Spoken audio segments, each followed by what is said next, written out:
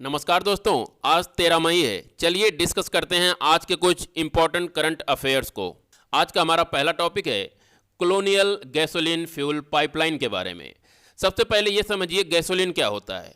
जिस तरह इंडिया में हम लोग पेट्रोल कहते हैं, उसी तरह से अमेरिका में पेट्रोल को गैसोलीन कहा जाता है। और भी शॉर्ट फॉर्म में अमेरिकन जो होते हैं वो पेट्रोल को गैस के रूप में केवल कहते हैं। आप इंडिया में कहते हैं मैं पेट्रोल भराने जा रहा हूँ, अमेरिका में कहते हैं मैं गैस भराने जा रहा हूँ। खास बात है कि गैसोलीन या पेट्रोल में बेंजीन की बहुत अधिक मात्रा होती है और petrol fractional distillation of petroleum से प्राप्त किया जाता है। पेट्रोलियम का ये प्रोडक्ट है। अब आते हैं हम लोग अपने टॉपिक पे कॉलोनियल गैसोलीन फ्यूल पाइप के बारे में। Colonial gasoline fuel pipe America के ईस्ट कोस्ट पे, आप ये देख सकते हैं अमेरिका का ईस्ट कोस्ट है। अमेरिका के ईस्ट कोस्ट पे गैसोलीन सप्लाई करने वाली सबसे बड़ी पाइप है और ऐसा माना भी जाता है कि अमेरिका का ये सबसे बड़ा पाइपलाइन है जिसके जरिए गैसोलीन सप्लाई किया जाता है। इस पे अभी हाल ही में रैंसमवेयर अटैक हुआ था और इस रैंसमवेयर अटैक की वजह से पूरा का पूरा अमेरिका का ये जो ईस्टर्न स्टेट्स हैं सारे के सारे एकदम यहाँ की पेट्रोल सप्लाई पूरी तरह से ध्वस्त हो चुकी थी और अमेरिका ने यहाँ पर इमरजेंसी की स्थिति घोषित कर दी थी।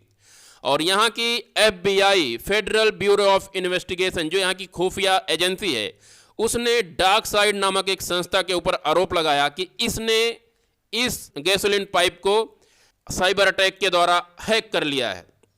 और उन्होंने आरोप लगाया कि ये डार्क साइड कहीं ना कहीं रसिया या ईस्टर्न यूरोप में अवस्थित है, वहाँ से संचालित हो रहा है। यहाँ पे चीज़ ये आप देख लीजिए, जो ईस्टर्न कोस्ट है अमेरिका का, ये आपके ये जितने शहर हैं यहाँ पे, ये 5 स्टेट्स हैं यहाँ के। इन 5 स्टेट्स को कहा जाता है कोस्ट स्टेट्स। इन कोस्ट स्टेट्स में आपका ये है टेक्सास, जिसकी राजधानी ह्यूस्टन है।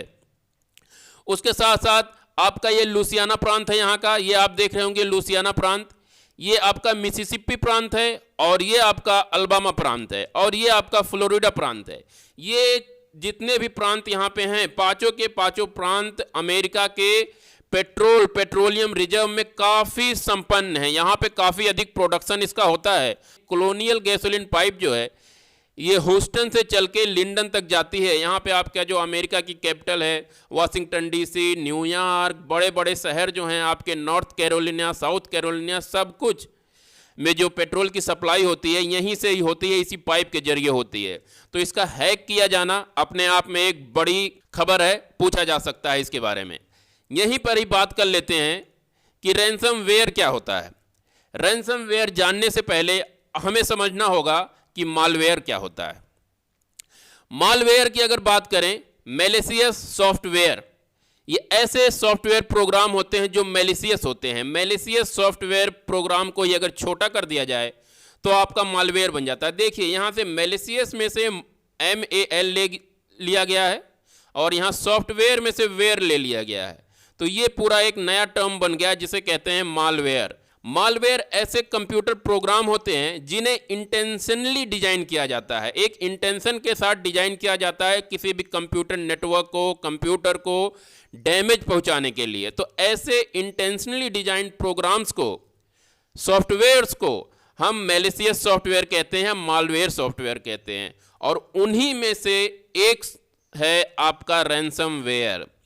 जब कभी भी कंप्यूटर प्रोग्राम को इस एम के साथ डिजाइन किया जाता है कि हम किसी से फिरौती मांगेंगे, तो उस मालवेयर को हम लोग रैंसमवेयर कहते हैं। ऐसा ही हुआ है इस केस में, आपके कॉलोनियल गैसोलीन फ्यूल पाइप के केस में। ये जो डार्क साइड संस्था है जिस पे FBI आरोप लगा रही है, डार्क साइड संस्था ने एक रैंसमवेयर के जरिए इस पूरे के पूरे कॉलोनियल गैसोलीन पाइप को हैक कर लिया और फिरौती की मांग की उनसे। हमारा अगला टॉपिक माउंट सिनाबंग से रिलेटेड है।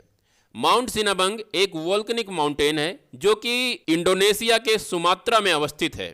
इसके बारे में खास बात यह है कि इसे 2010 तक डोरमेंट वोल्केनो की श्रेणी में रखा जाता था, लेकिन 2010 के बाद से ये एक्टिव वोल्केनो की श्रेणी में रखा गया है, क्योंकि 2010 में 400 सालों के बाद इरप्ट हुआ था। इससे पहले इसमें इरप्शन की घटना नहीं देखी गई थी, 400 साल पहले देखी गई थी, जिसके वजह से इसे डोरमेंट वोल्केनो समझा जा रहा था। लेकिन 2010 में ये वोल्केनो एक्टिव हो गया और हाल ही में मई में इसने फिर इरप्शन की हैं।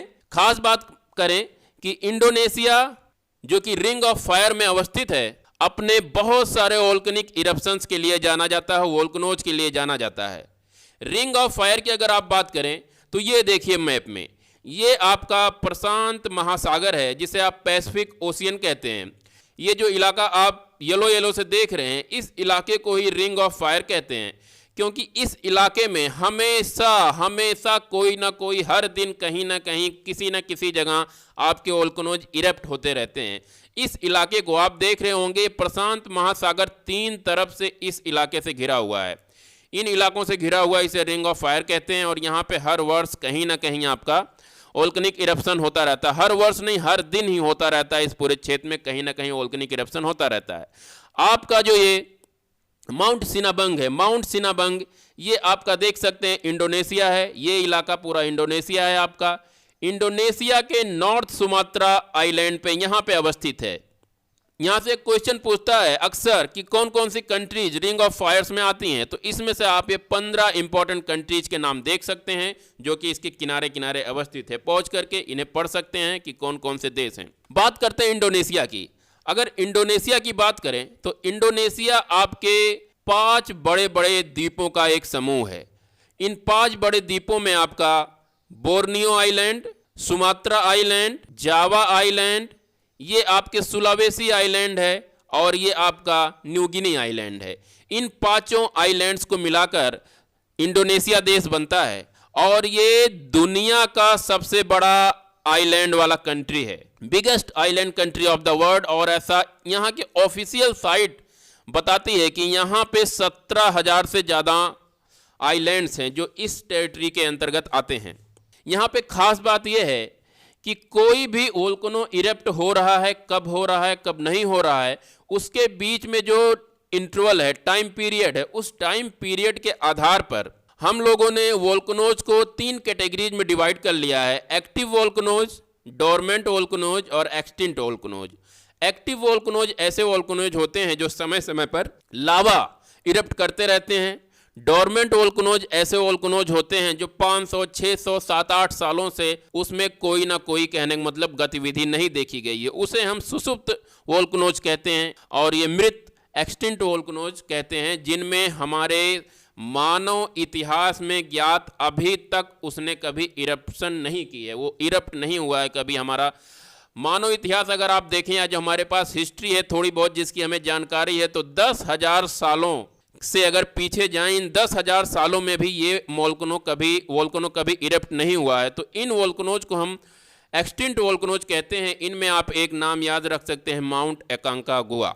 माउंट एकांकागुआ अर्जेंटीना में है और ये एंडीज का हाईएस्ट माउंटेन चोटी है, तो इसे आप एक्सटिंक्ट वोल्केनो मान सकते हैं। वैसे हालांकि बहुत से जियोलॉजिस्ट इसे वोल्केनो नहीं मानते हैं, लेकिन फिर भी इसके मिलियन बिलियन साल पहले इसमें वोल्केनिक इरप्शंस हुआ करते थे और अब इस समय इसे आप एक्सटिंक्ट वोल्केनो मान सकते हैं। जिन्हें इस टॉपिक से हमें याद रखना चाहिए, उसी में आप कुछ एक्टिव वोल्केनो के बारे में जान लीजिए। जैसे फ्यूजियामा को आप याद रख सकते हो, यहाँ से फौजी एक्टिव रहता है, जापान में अवस्थित है। इसी के साथ साथ यहाँ से आप एटना याद कर सकते हैं, इटली में है, सिसिली द्वीप पर है। Stromboli light house of Mediterranean कहा जाता है। बोली, यहाँ पे शब्द आया है बोली कब बोली, जब एक्टिव रहेगी तभी बोलेगी, ऐसे याद कर सकते हैं। उसके साथ साथ अगर यूएसए में बात करें, यूएसए में सेंट हेलेन है। माउंट मोनालोआ है, ये हवाई में है। फिलीपींस की अगर बात करें तो पिनाटोबो है और माउंट मेयोन है। अगर आप बात करते हैं इंडोनेशिया की, जिसके बारे में हम लोग बात कर रहे हैं, तो इंडोनेशिया में 2 माउंटेन आप याद कर लीजिए, माउंट मेरापी और माउंट एगोंग। ये दोनों भी एक्टिव वोल्केनोज हैं। अगला टॉपिक हमारा है national program on advance chemistry cell, ACC battery storage से रिलेटेड। ACC बैटरी स्टोरेज ये new generation of advance storage technologies हैं। एनर्जी को स्टोर करने के लिए आज के समय में सबसे एडवांस टेक्नोलॉजी जो हमारे पास है उसे हम लोग कहते हैं advance chemistry cell battery storage, ACCs। इसका यूज होता है आपका अक्सर इलेक्ट्रॉनिक डिवाइसेज में, इलेक्ट्रॉनिक व्हीकल में, advance electric grids, solar rooftop. इनकी खासियत यह है कि इसमें इलेक्ट्रिक एनर्जी को आप इलेक्ट्रोकेमिकल या फिर केमिकल दोनों ही रूप में स्टोर कर सकते हैं, और जब आप चाहें तब उस एनर्जी को आप इलेक्ट्रिक एनर्जी के रूप में यूज कर सकते हैं। इनकी सबसे बड़ी खासियत यही है। इसीलिए भारत सरकार ने इस चीज पर फोकस करते हुए national program on advance chemistry cell battery storage को लॉन्च किया है, जिसके लिए 18,100 करोड़ रुपए का आउटले किया गया है। और ये इस स्कीम की खास बात है, ये प्रोडक्शन लिंक्ड इंसेंटिव स्कीम है। प्रोडक्शन लिंक्ड इंसेंटिव स्कीम क्या होता है? इस स्कीम के तहत जो भी मैन्युफैक्चरर होते हैं उन्हें कुछ इंसेंटिव्स दिए जाते हैं, जिससे कि हमारी जो मैन्युफैक्चरिंग कैपेबिलिटी है वो बढ़े। और इस योजना के लागू हो जाने के बाद ऐसा माना जा रहा है कि भारत में काफी बड़े पैमाने पर इलेक्ट्रिक व्हीकल्स का आगमन होगा और इलेक्ट्रिक व्हीकल्स बहुत ही सस्ते दामों पर हमें उपलब्ध होंगी, क्योंकि अभी हमें चीज़ों को इंपोर्ट करना पड़ता है, बैटरीज को इंपोर्ट करना पड़ता है, जिसकी वजह से हमारे यहाँ इलेक्ट्रिक व्हीकल्स जो हैं वो महंगी हो जाती हैं। आज का लास्ट टॉपिक है, उसके बारे में डिस्कस कर लेते हैं। आज 13 मई है। 13 मई के बारे में खास बात यह है दोस्तों कि इसी दिन 13 मई 1952 में राज्यसभा की पहली बैठक हुई थी। पहला सेशन राज्यसभा का इसी दिन हुआ था। हालांकि यहाँ पे ध्यान देने वाली बात यह है कि राज्यसभा जो पहली राज्यसभा थी उसका गठन 3 अप्रैल को हुआ था, 3 अप्रैल 1952 को, पर बैठक हुई 13 अप्रैल को। राज्यसभा के बारे में कुछ खास बातें अगर जाने तो रुक्मणी देवी अरुंडेल, इन्होंने भरतनाट्यम को पुनर्जीवित किया। उन्हें पहली महिला होने का गौरव है जिन्हें राज्यसभा में नॉमिनेट किया गया था। पहली राज्यसभा के chairman doctor S Radha Krishnan थे, जो कि भारत के वाइस प्रेसिडेंट भी थे। इसे सेकंड चैम्बर कहा जाता है और इसका जो ओरिजिन है, राज्यसभा का ओरिजिन है 1999 के मॉन्टेग्यू एंड चेम्सफोर्ड रिफॉर्म में देखा जा सकता है। इसी के साथ दोस्तों आज का जो हमारा करंट अफेयर्स का ये मॉड्यूल था, इसे खत्म करते हैं। कल फिर मिलेंगे 14 मई को। तब तक के लिए नमस्कार।